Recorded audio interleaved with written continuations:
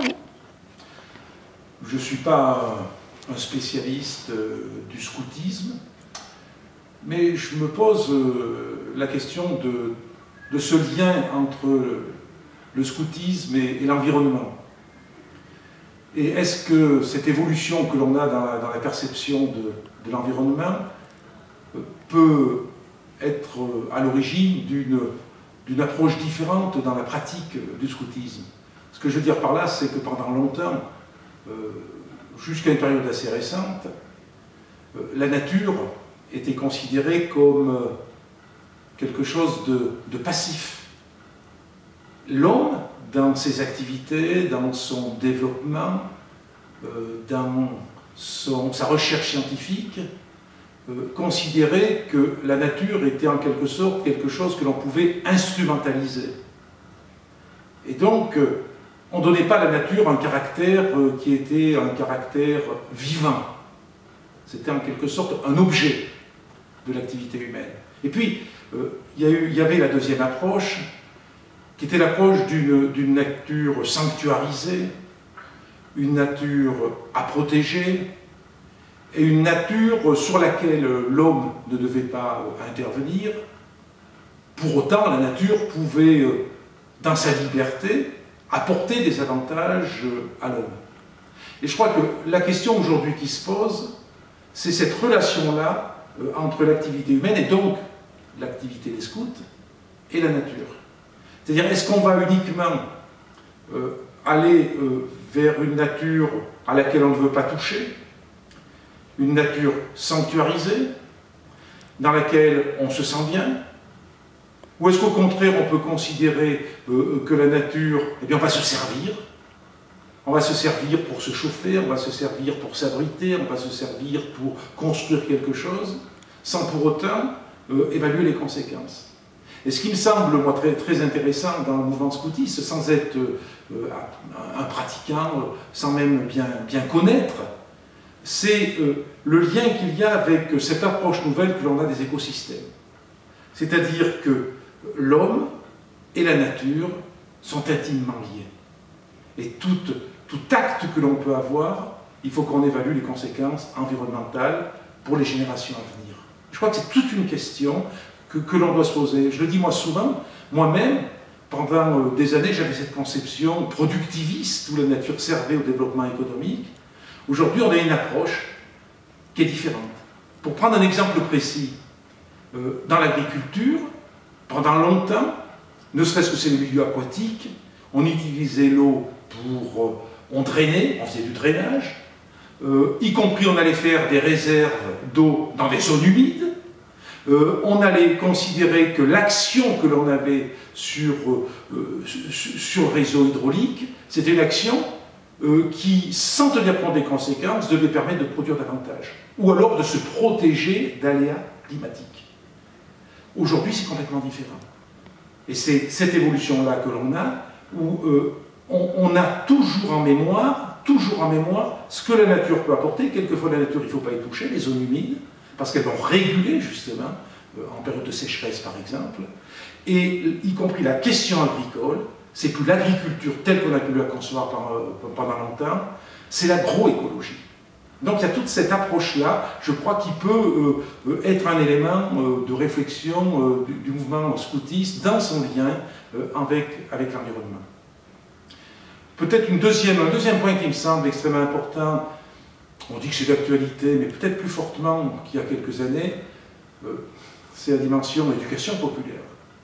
C'est le fait qu'aujourd'hui, comment on peut, dans une activité telle que l'activité des éclaireurs et éclaireuses de France, comment on peut faire en sorte qu'on participera à éviter des drames qui peuvent se dérouler aujourd'hui, que des jeunes, par exemple, soient gagnés par un fanatisme religieux, que d'autres se replient sur eux-mêmes avec un égoïsme, un individualisme qui s'accompagne du rejet de l'autre, du rejet social ou du rejet de l'étranger. Faire en sorte que l'on puisse faire davantage de commun. Faire du commun, c'est-à-dire faire en sorte que, ensemble, on puisse construire des choses et que les réponses qui sont des réponses strictement individuelles ne seront que des réponses partielles, seront des réponses qui peuvent amener à des dérives, justement, des monstres. Des monstres. Alors qu'en construisant, en coélaborant, par de la solidarité, par de l'échange, par des projets partagés, je crois que là on peut participer à faire reculer ce qui nous menace aujourd'hui, ce que certains ont pu appeler des monstres. Gramsci, ce philosophe et homme politique italien du début du XIXe siècle, du début du XXe siècle, excusez-moi, Gramsci, donc au début du XXe siècle, disait qu'il y a un vieux monde qui est en train de mourir. Il y a un nouveau monde qui n'a pas encore émergé. Et là, pendant cette période, il y a des monstres qui peuvent émerger. Ben, je crois que l'action de l'éducation populaire et les éclaireurs et éclaireuses de France participent à ça, c'est faire en sorte qu'on prépare ce nouveau monde et qu'on évite qu'il y ait trop de monstres et qu'il y ait des monstres qui émergent. Bon, on est à 4 ans de votre 100e anniversaire. Je crois que pour vous, c'est une nouvelle jeunesse, parce que je crois que les thèmes qui étaient portés par les éclaireurs et éclaireuses de France sont des thèmes qui sont plus que des thèmes d'actualité. Quand on parle de solidarité, quand on parle de construction partagée, de démocratie, quand on parle de protection de l'environnement, je crois que qu'est-ce qu'il y a de plus moderne que ça? Évidemment, avec sans doute une perception qui est une perception nouvelle, parce qu'on n'est pas scotché sur des principes qui sont des principes fondateurs, mais à partir de ces principes fondateurs, tels qu'ils ont pu évoluer, les différentes générations, je crois qu'aujourd'hui, il faut les faire vivre. Passer, par exemple, un seul exemple, du seul mot scoutisme, pleine nature, au mot éco-citoyenneté, c'est-à-dire la nature avec laquelle on échange dans le cadre, tout simplement, de ce qu'on appelle les écosystèmes, parce que les éclaireurs, les éclaireuses sont partie prenante de ces écosystèmes.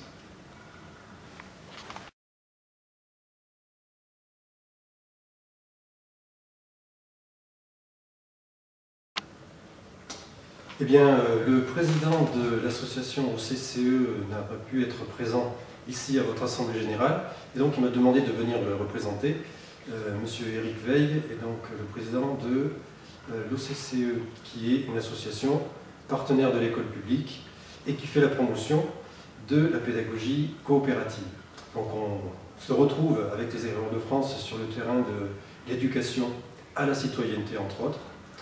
Et on se retrouve aussi dans des structures organisées pour les associations autour de l'école, comme le CAP.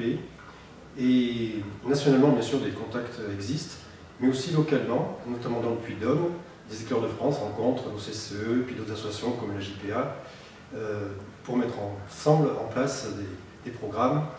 Donc ce qui est intéressant, c'est que l'on puisse travailler ensemble, bien sûr, et pas uniquement dans le Puy-de-Dôme, mais aussi peut-être partout en France, comme vous l'avez l'occasion dans vos départements aussi. Voilà, donc c'est peut-être un projet d'avenir aussi de travailler plus étroitement entre l'OCCE, notre association, et puis d'autres associations autour de l'éducation et de l'école et les éclaireurs de France. Bon débat et puis bonne continuation pour votre Assemblée Générale.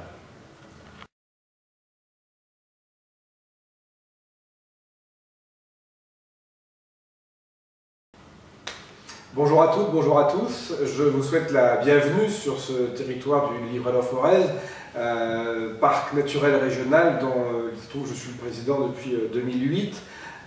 Et je tenais à vous dire que nous attachons beaucoup de prix à votre présence sur ce territoire parce que ça a beaucoup de sens. Alors le sens, je disais à votre président et à votre délégué général que quand on est ici à la planche, c'est l'émerveillement des sens, mais ce que nous faisons et ce que nous devons continuer à faire ensemble a du sens et doit être concrétisé à l'avenir. Alors, je dis souvent en citant Spinoza qu'on ne n'est pas citoyen, on le devient, et je crois que ce à quoi nous pouvons concourir ensemble, à la fois les acteurs des parcs naturels régionaux et vous, le mouvement du scoutisme laïque, eh bien c'est en quelque sorte un éveil des consciences, de la conscience humaine et de son interdépendance avec l'écosystème qui l'entoure. On entend souvent à tort dire qu'il faut sauver la planète. Ce n'est pas la planète qu'il faut sauver, c'est bien maintenir un écosystème qui permet à la vie humaine de se développer, mais pas seulement à la vie humaine. Et donc le maintien de la qualité de la biodiversité, c'est pas simplement pour faire plaisir aux petites bêtes et aux petites fleurs.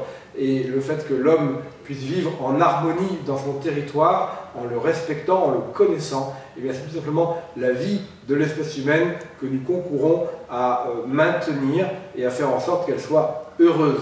Alors, passer une assemblée générale et des travaux heureux dans le Livre-la-Forez, et je suis très désireux de vous y retrouver et de concrétiser cette volonté de travailler ensemble.